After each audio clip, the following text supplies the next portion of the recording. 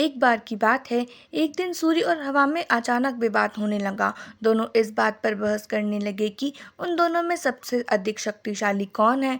वायु बड़ी ही घमंडी और जिद्दी स्वभाव की थी। उसे अपनी शक्ति पर बड़ा ही गुरूर था। उसका मानना था कि वह अगर तेज गति से बहने लगे तो बड़े बड़े पेड़ों को उखाड़ सकती है। उसमें मौजूद आर्द्रता नदियों और झीलों के पानी को भी जमा सकती है। अपने इसी घमंड के चलते वायु ने सूर्य से बहस करते हुए कहा, मैं तुमसे ज्यादा शक्तिशाली हूँ। मैं चाहूँ तो किसी को भी अपने झोंके से हिला सकती हूँ। सूर्य ने हवा की बात मानने से इनकार कर दिया और कहा, बड़े ही शांत तरीके से कहा, देखो कभी भी अपने पर घमंड नहीं करना चाहिए। हवा यह सुनकर चिढ़ गई और खुद को ज्यादा शक्तिशाली बताती रही।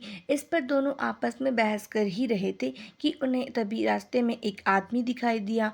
उस आदमी ने कोट पहना हुआ था। उसे देखकर सूर्य के मन में एक योजना आई। उसने हवा से कहा, जो भी इस आदमी को उसका कोट उतारने के लिए मजबूर कर देगा उसे ही अधिक शक्तिशाली माना जाएगा। हवा ने बात मान ली और कहा, ठीक है, सबसे पहले मैं कोशिश करूंगी, तब तक तुम बादलों में छुप जाओ। सूर्य बादलों के पीछे छिप गया। फिर हवा बहने लगी। वह धीमे धीमे बहने लगी, लेकिन उस आदमी ने अपना कोट नहीं उतारा। फिर वह तेजी से बहने लगी। हवा तेज होने की वजह से उस आदमी को ठंड लगने लगी और उसने अपने कोट से शरीर को अच्छे से लिपेट लिया। बहुत देर तक ठंडी और तेज हवा बहती रही, लेकिन उस आदमी ने अपना कोट नहीं उतारा। अंत में हवा थक कर शांत हो गई। इसके बाद सूर्य की बारी आई। वह बादल से बाहर निकला और हल्की धूप करके चमकने लगा। हल्की धूप होते ही उस व्यक्ति को ठंड के तापमान से थोड़ी राहत मिली, तो उसने अपना कोट ढीला कर दिया। इसके बाद फिर सूर्य तेजी से चमकने लगा और तेज धूप निकल गई। तेज धूप होते ही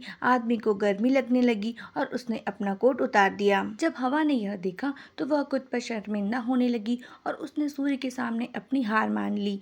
इस तरह घमंडी वायु का अहंकार भी टूट गया। कहानी से सीख, खुद की योग्यता व ताकत पर कभी घमंड नहीं करना चाहिए, क्योंकि घमंड करने वालों की कभी जीत नहीं होती है। आज की स्टोरी बस इतनी है। अगर स्टोरी अच्छी लगे तो लाइक शेयर एंड सब्सक्राइब करना बिल्कुल मत भूलिएगा। मिलते हैं नेक्स्ट स्टोरी में, तब तक थैंक्स फॉर वॉचिंग।